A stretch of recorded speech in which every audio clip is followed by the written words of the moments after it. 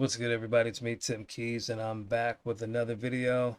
This time I wanted to show you how you can make your own samples using some stock devices in Ableton. And so I want to just get right into it.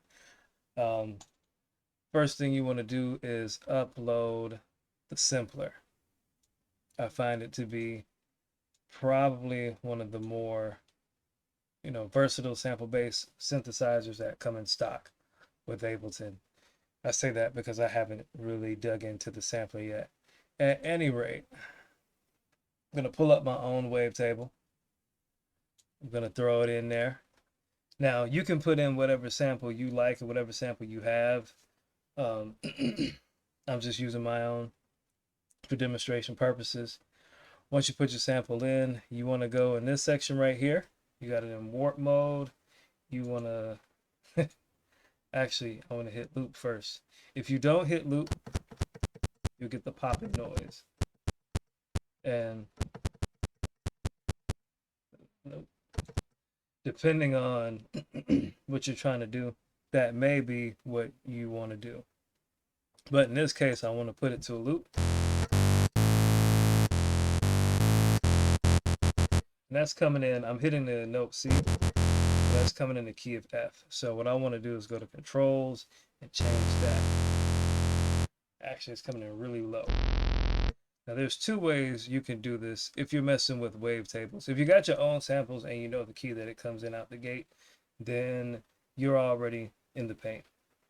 But let's say you don't. There are two ways you can go about doing this. The easiest way is once you go into controls, is,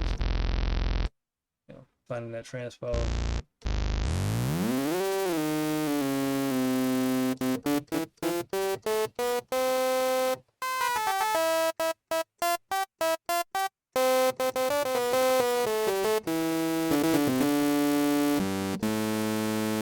All right. In my case, I had to add that up by 32 semitones or 31 semitones. I'm going to add a detune because I want to detune that to flavor. I'm going to spread that down just for taste.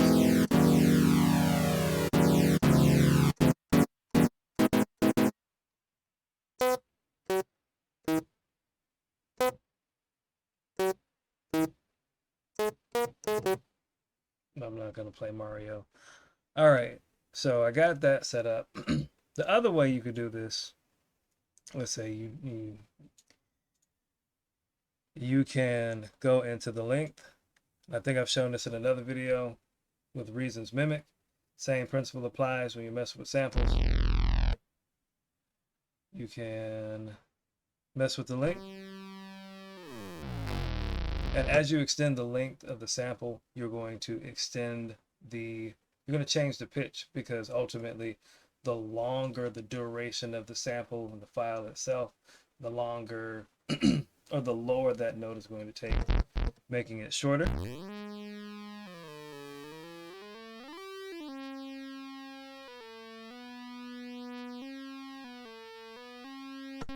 I don't want to do that.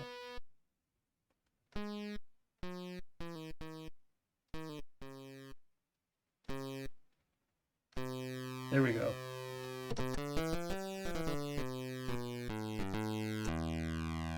And then the warp mode, I'm going to change it to Complex Pro. Just to give it a good stretch. I think if you put it in texture, you get more of the granular stuff. Not really trying to do that for this demonstration, but you can. You can change these however you like. Put it on beats. Put it on beats, it'll handle, it'll be ideal for beats and drum breaks.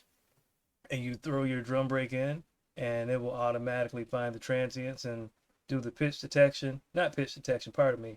It'll find the transients, and then you can go from there and basically, every note across the key bed will trigger a different part of that sample. New tones, texture. I think texture and repitch are granular synthesis. but I'm not certain. I'm just taking a guess. I know Complex and Complex Pro are really good for the time stretch component. I'm gonna stick with Complex.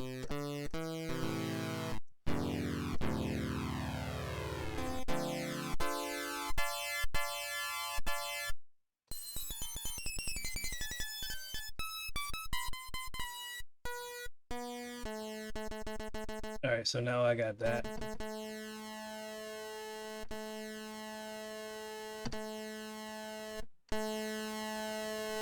I'm gonna drive my volume up just a little bit just to make sure it's good to hear. I had to switch out my microphones, and so some of my volume stuff may be off a little bit, so I apologize if there are any issues with the sound. All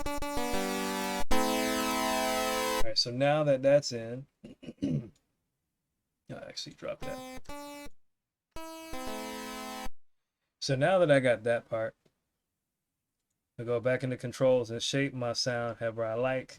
In this case, I'm gonna add a tail, that release.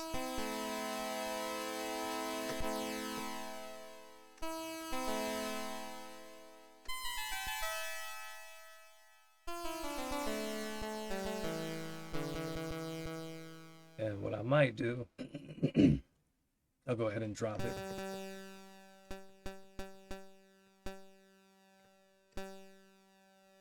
Increase my sustain.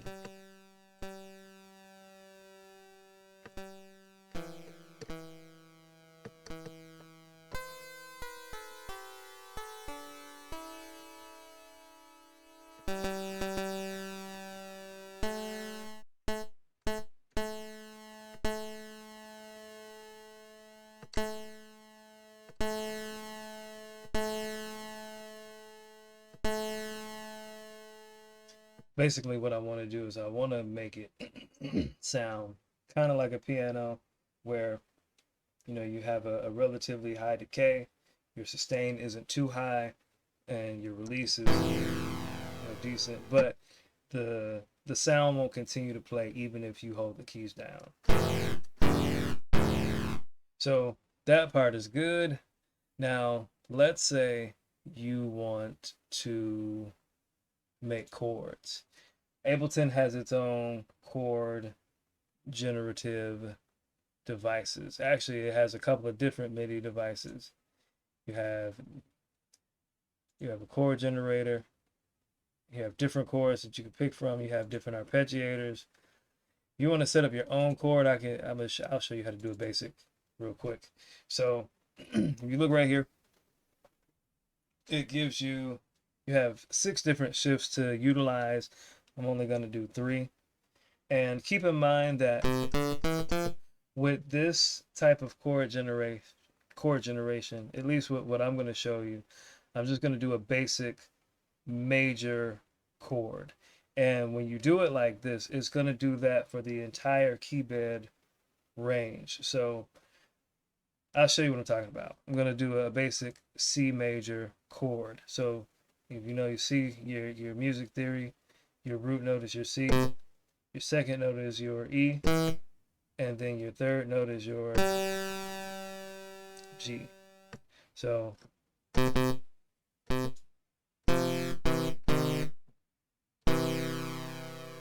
going to do my second shift, which is, now I could, if I wanted to, now I got I don't know what they call that technically. I know what it is when I hear it. I think it's a ninth, C major ninth. Actually, that would be a C major 7th, because this is a standard C major. I apologize. I am not a music theory specialist. Everything I do is by ear and by color. But so now I got a basic C major chord. So every time I hit the key of C, I'll push out a C major chord. Keep in mind that when you go up the scale, it's going to create another major chord. So in this case, this is D major, E major, F major, G major, A, and all the way up back up to C. So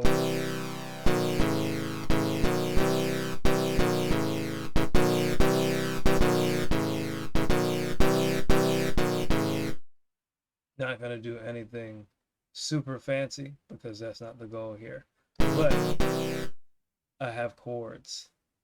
And now, basically, that's it. Everything else is to taste. So let's find some effects and let's play with let's find some reverb. See what we can do here.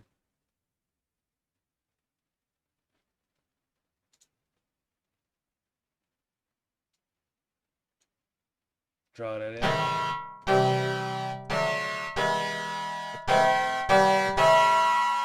I don't like that. I'm not gonna lie, I don't like that. That sounds, for what I'm trying to do here, that doesn't sound that great. But then again, I got resonators, so that would do it. I just want a basic reverb. Let's go with special. Let's go with, here we go. Let's go with outer space.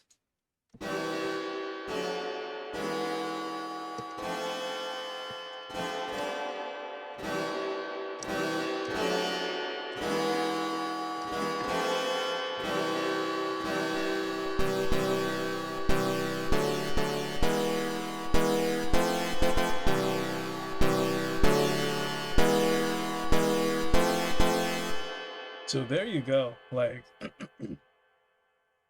now if I was to take this and record it, in my case, I'm gonna change my view to a more linear view because I'm not used to working in session mode yet. And, you know, FYI, this is going to sound like hot garbage, but I just want you to see what you can potentially do with this. So I'm going to count in. I just want 1 bar. I need my metronome.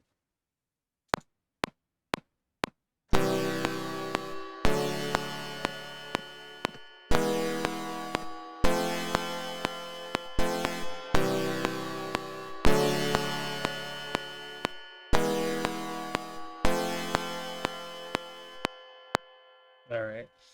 So now,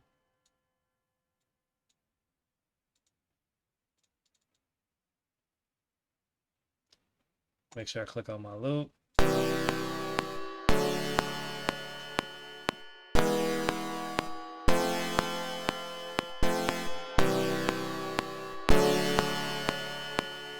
That attack is too high.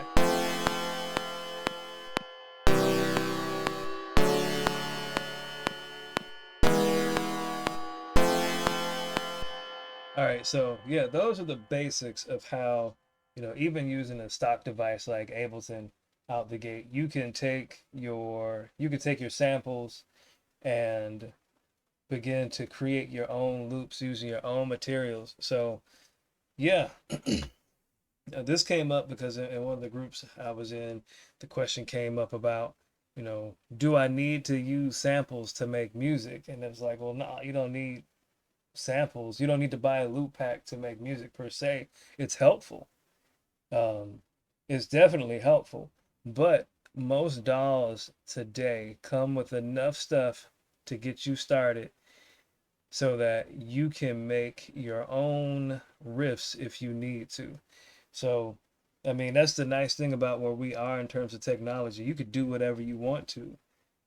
There are no rules, there are no limits. You can make the sounds that you want to make. So if you want to buy a loop pack, go for it. If you want to make your own stuff and try it out and put it in your own production, go for it. Every DAW, for the most part, even the free ones, with the exception of some, they come with their own materials that will allow you to generate chords and get started.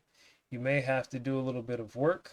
Some of them may tend to lock you into a certain scale, so be mindful of that. But as a whole, if you need help getting started, most of your DAWs have everything you need.